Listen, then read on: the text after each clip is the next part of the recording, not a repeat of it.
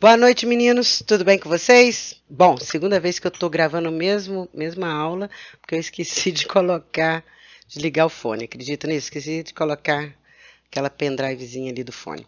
Bom, mas vamos lá. O que nós vimos na última aula? Nós vimos sobre as variáveis de rotação e a relação que elas faziam com as variáveis lineares, não é mesmo?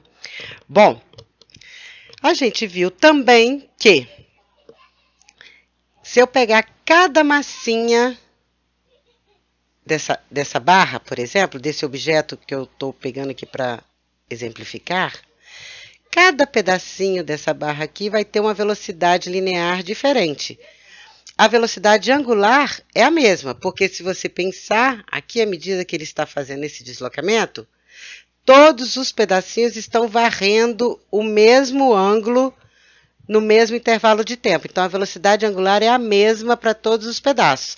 Mas a velocidade linear não vai ser a mesma. Por quê? A velocidade linear, ela é o quê? V igual a ômega R, não é? Então, ela depende da distância do eixo de rotação. Se eu pegar essa massinha do finalzinho aqui, ela vai, enquanto estiver girando, ela vai se deslocar. Vai ter um deslocamento linear S aqui. Se eu pegar esse outro pedacinho de massa aqui, vai ter um deslocamento S menor. Então, por isso que a velocidade linear para cada pontinho vai ser diferente. Tá certo? Vai ser o ômega, que é igual para todos os pedacinhos de massa, vezes o raio. A que estiver mais distante do eixo de rotação vai ter uma velocidade linear maior.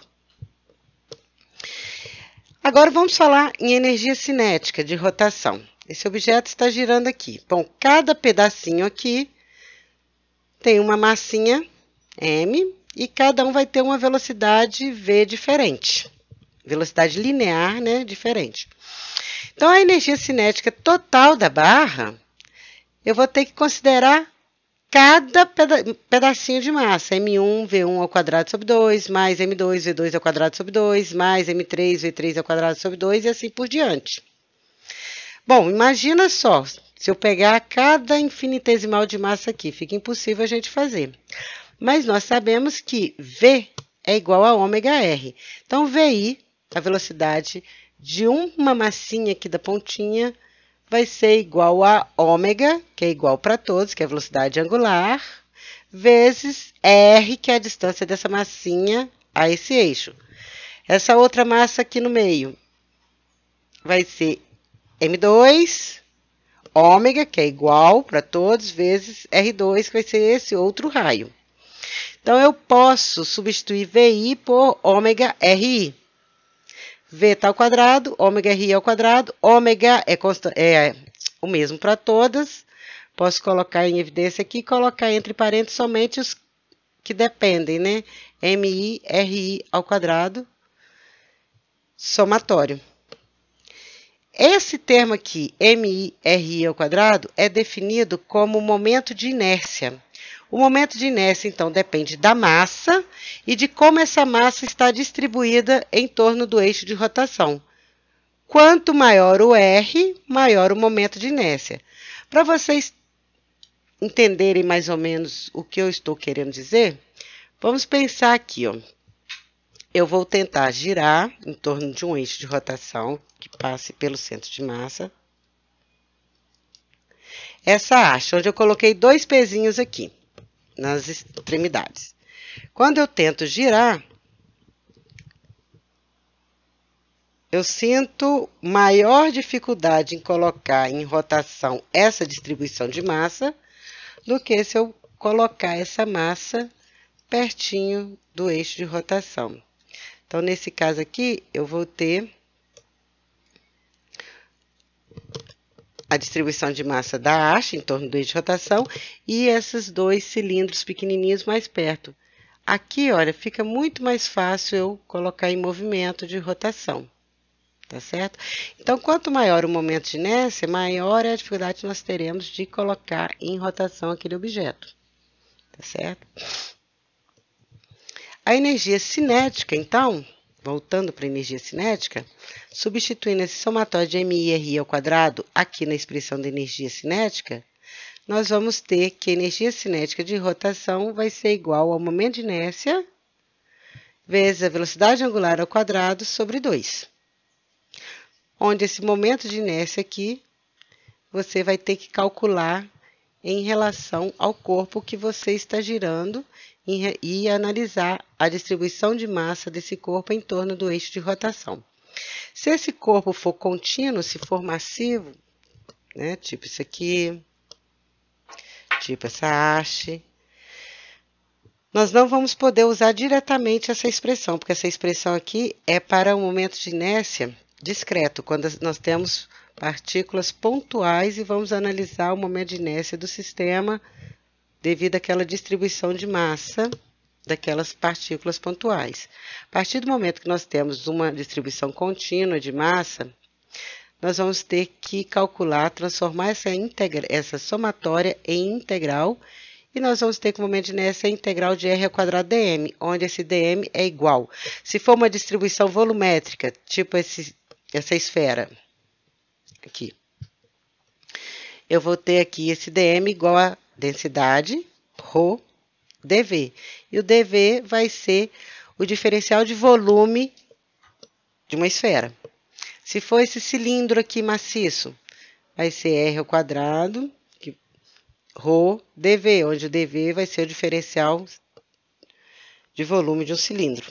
Se eu tiver aqui uma placa, onde a espessura é desprezível, eu vou ter um sigma, que é a densidade linear, densidade superficial, e um dA, sigma dA, que vai ser o meu dm. O dA vai ser dx dy. Agora, se nós tivermos aqui uma espessura, eu já vou ter um diferencial de volume, que vai ser dx dy dz. Tá certo? Agora, todos esses exemplos aqui foram dados, todas essas tabelas aqui foram calculadas em torno de um eixo que passe pelo centro de massa. Então, são rotações em torno de um eixo que passe pelo centro de massa. Observe que, mesmo passando pelo centro de massa aqui do cilindro, observe esse cilindro aqui, ó, o momento de inércia de um cilindro. Vou pegar um cilindro, deixa eu ver se eu acho aqui. Bom, não estou achando aqui agora não. Bom, se eu pegar aqui esse cilindro, vamos pensar que isso aqui seja um cilindro, que o raio não seja desprezível, tá? Se eu girar em torno de um eixo aqui, olha, perpendicular ao eixo central do cilindro, eu vou ter este momento de inércia aqui, que é mr ao quadrado sobre 4 mais ml ao quadrado sobre 12. Se eu mudar o eixo, se agora estiver girando assim, dessa forma, o eixo de rotação vai estar paralelo em cima do eixo do próprio cilindro, né? Então, o momento de inércia do mesmo cilindro, só mudamos o eixo de rotação, vai ser mr ao quadrado sobre 2, ok? Então, você tem que observar aonde é o eixo de rotação do seu objeto, ao qual você quer construir calcular o momento de inércia, ok? Agora, e se eu quiser calcular o momento de inércia, vamos agora considerar isso aqui como uma haste, raio desprezível, tá? Se eu quiser calcular o momento de inércia dessa haste aqui, ou de qualquer outro objeto aqui, em relação a um eixo que não passe pelo centro de massa, tipo aqui, ó, girando em torno desse eixo aqui. Tipo a hélice de um helicóptero, tipo a hélice de um ventilador. Como que a gente calcula? Se nós conhecermos o momento de inércia em relação ao centro de massa, ao eixo que passa pelo centro de massa, nós somos capazes de calcular qualquer momento de inércia em relação a qualquer eixo que seja paralelo ao eixo ao eixo que passa pelo centro de massa. No caso aqui, ó, esse giro aqui, ó, dessa haste, tem um momento de inércia em torno desse eixo que passa pelo centro de massa de ml ao quadrado sobre 12. Se eu agora girar em torno desse outro eixo aqui, que é paralelo a esse eixo, cujo momento de inércia é mL²/12, eu poderei usar o teorema dos eixos paralelos, que diz que o momento de inércia em relação a um determinado eixo, paralelo ao eixo que passe pelo centro de massa, vai ser igual ao momento de inércia em relação ao centro de massa, mais a massa do objeto vezes h², onde h é a distância entre os dois eixos. Então, nesse exemplo que eu estou dando aqui, olha, aqui é o centro de massa, certo? O eixo aqui, girando dessa maneira, eu tenho esse eixo. Em relação a esse eixo aqui, agora a nossa haste vai girar dessa maneira. Qual é o momento de inércia em relação a esse eixo aqui? Em relação a esse eixo aqui, o momento de inércia vai ser, considerando isso aqui uma haste de raio desprezível, mL²/12, que é o momento de inércia em relação ao eixo que passa pelo centro de massa, mais a massa dessa haste, vezes a distância entre o eixo que passa pelo centro de massa e o eixo ao qual o objeto está girando, que é h², que é essa distância aqui. Posso girar a haste em torno desse outro eixo aqui também. O que vai mudar vai ser somente a distância aqui. Distância entre o eixo que passa pelo centro de massa e esse novo eixo de rotação vai ser esse pedacinho aqui, ok? Dei o exemplo da haste, mas isso é válido para qualquer figura que você conheça o momento de inércia em relação ao eixo que passe pelo centro de massa. Se o outro eixo de rotação for paralelo a esse eixo, você pode usar o teorema dos eixos paralelos. Os exemplos eu vou fazer um vídeo só de exemplos, só de exercícios resolvidos, ok? Torque. Bom, gente, para eu fazer esse objeto girar, ok? Vou colocar o azul para ficar mais visível para vocês. Em homenagem ao nosso ouvinte Jório, né? Estou trazendo uns equipamentos melhores, né, do que o vidrinho de remédio. Bom, em relação a esse objeto aqui, vamos pensar esse objeto aqui girando. Para ele girar, tem que aplicar uma força sobre esse objeto. Para ele girar, o eixo de rotação é aqui onde está o meu dedo, ou seja, o eixo de rotação está, se eu pegar aqui, ó, o eixo de rotação vai estar aqui, ó. Está girando em torno desse eixo de rotação. Certo? Esse é o meu eixo de rotação. Então, se eu aplico uma força nesse objeto para fazer girar, se eu aplicar uma força perpendicular ao raio, que raio? Distância do eixo de rotação ao ponto de aplicação da força. Se eu aplicar uma força aqui, eu vou ter um torque. Se eu aplicar uma força paralela ao raio, que é a distância do eixo de rotação ao ponto de aplicação da força, não vai se movimentar. Se eu aplicar uma força inclinada, essa força vai ter uma componente que vai estar perpendicular ao raio e vai ter uma componente paralela ao raio. Essa componente aqui não vai gerar torque. Então, o maior torque vai ser obtido quando a força for aplicada fazendo 90 graus com o raio. Dessa observação, nós podemos definir o torque, que é esse ato de girar, né, de torcer. Nós podemos definir o torque como o raio vezes o módulo do raio. O módulo do torque vai ser igual ao módulo do raio vezes o módulo da força vezes o seno do ângulo φ. Nesse caso aqui, vamos olhar esse desenho para a gente entender melhor esse ângulo. Olha, eu tenho uma força F inclinada, é que eu dei o exemplo aqui, ó, vamos supor, meu eixo de rotação está aqui, e eu tenho uma força inclinada aqui, puxando para cá. Isso aqui vai fazer girar. Só que a componente dessa força aqui, paralela ao raio, que é o F cosseno de φ, não vai gerar torque. Como se essa componente vai estar puxando para cá, não vai contribuir para o movimento de rotação. Agora, a componente da força que é tangente à curva aqui, a trajetória, que é perpendicular ao raio, essa componente da força, ela vai ser a responsável para fazer o objeto girar em torno do eixo de rotação. Então, por isso que aqui vai ser F seno de θ, que é a componente da força tangente à trajetória que esse ponto vai estar realizando.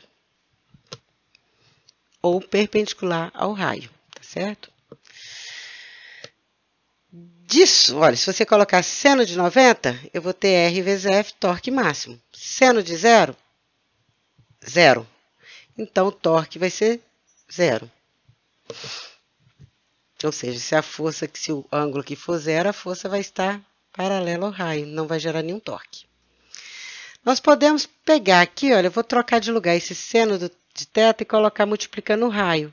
Por quê? Porque esse seno de θ vezes o raio é justamente a projeção do raio. Olha, a gente tem um raio aqui, que é a distância do eixo de rotação ao ponto de aplicação da força. Se nós pegarmos esse raio aqui e decompormos aqui nós temos aqui uma componente do raio e vamos ter uma outra componente do raio. Essa componente do raio aqui, ela vai estar perpendicular à linha de ação da força. A força está sendo aplicada no ponto P, mas a linha de ação dela é essa daqui, ó. E essa componente do raio aqui é uma componente perpendicular à linha de ação da força. Então, essa componente aqui é o R seno de φ. Na hora que você faz aqui, olha, ângulo φ, tá certo? Você decompõe e vai ver que esse R perpendicular aqui é o módulo de R seno de φ. Então, você tem aqui R seno de φ vezes F, ou seja, R perpendicular à linha de ação da força vezes o módulo da força. Esse R seno de φ aqui, ele é chamado muitas vezes de braço de alavanca de F, tá certo? Em alguns livros você pode encontrar essa denominação de braço de alavanca. Então, lembre que braço de alavanca é a componente do raio perpendicular à linha de ação da força. Aqui, então, nós temos o torque, o módulo do torque, e se vocês lembrarem lá do produto vetorial, a gente pode relacionar aqui R vetorial F. Quem é o R vetorial F? Módulo do meu vetor, módulo segundo, seno do ângulo entre os dois vetores. Se você pegar esse vetor R aqui e transportá-lo para cá, porque a gente pode mudar um vetor de lugar, posso pegar esse vetor aqui, sair daqui e vir para cá, desde que eu mantenha o mesmo módulo, direção e sentido. Então, pegando esse R aqui, transportando para cá, mantendo o mesmo módulo, direção e sentido, o ângulo φ é o ângulo entre o raio e a força. Então, eu posso escrever aqui essa expressão para o torque como um produto vetorial. O vetor torque vai ser igual R, vetorial, vetor força.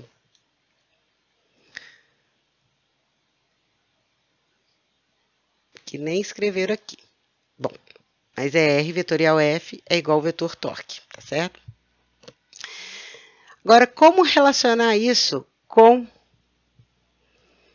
um torque resultante? Vamos supor que eu não tenha só uma força aplicada para fazer esse objeto girar.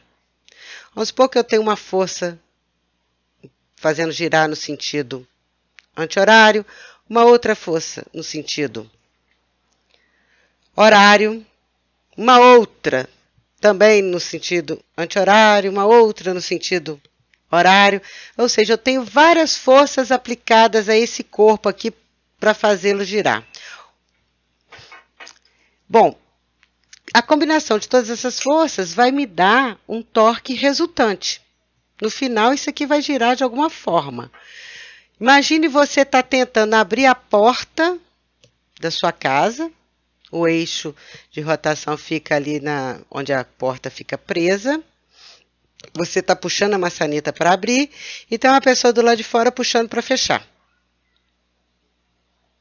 Então, você vai ter um torque resultante. Vamos supor que a força que você esteja aplicando num determinado ângulo seja maior. Então, você vai ter vamos supor que o seu torque é maior que o torque da outra pessoa. Você vai conseguir abrir a porta. Se você estivesse aplicando essa mesma força com o mesmo ângulo que você aplicou quando tinha a outra tentando fechar, você vai ver que ela vai ter um torque maior, ela vai ter uma aceleração angular maior, tá certo? Então, o torque resultante ele vai ser a combinação de todos os torques presentes nesse objeto, de todas as forças que estão gerando torque, ou seja, R1 vetorial F1 mais R2 vetorial F2 mais R3 vetorial F3 vai ser igual ao torque resultante. E esse torque resultante também vai ser igual ao momento de inércia do corpo, ou seja, o momento de inércia desse corpo aqui em relação ao eixo de rotação dele, vezes a aceleração angular. Então, o torque resultante vai me dar uma aceleração angular. E como a gente demonstra isso aqui? Vamos pensar em uma única força. Eu tenho aqui uma única força empurrando, fazendo com que esse objeto gire. Bom, a componente tangencial dessa força aqui é ela que vai gerar a aceleração tangencial. A força tangencial vai ser igual a massa vezes a aceleração tangencial. Eu estou considerando uma única força, tá? Porque massa vezes aceleração a gente sabe que é a força resultante. Então, como só tem uma força, ela é a única resultante, ok? Se eu multiplicar dos dois lados pelo raio, que é a distância do eixo de rotação ao ponto de aplicação da força, nós vamos ter aqui, olha, o raio vezes a força tangencial é igual ao torque, módulo do torque. Então, eu tenho aqui o torque igual a força tangencial vezes o raio, que é igual a massa vezes a aceleração tangencial vezes o raio, que eu multipliquei dos dois lados por R. Bom, a aceleração tangencial a gente já viu, que é a aceleração angular vezes o raio. Então, eu vou ter um R ao quadrado vezes alfa vezes m. E nós já vimos também que mr ao quadrado é igual ao momento de inércia. Então, o torque vai ser igual ao momento de inércia vezes a aceleração angular.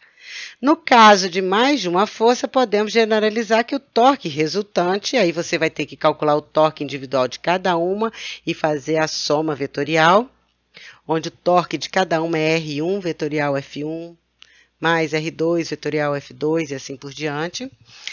O torque resultante vai ser igual ao momento de inércia do corpo vezes a aceleração angular, ok?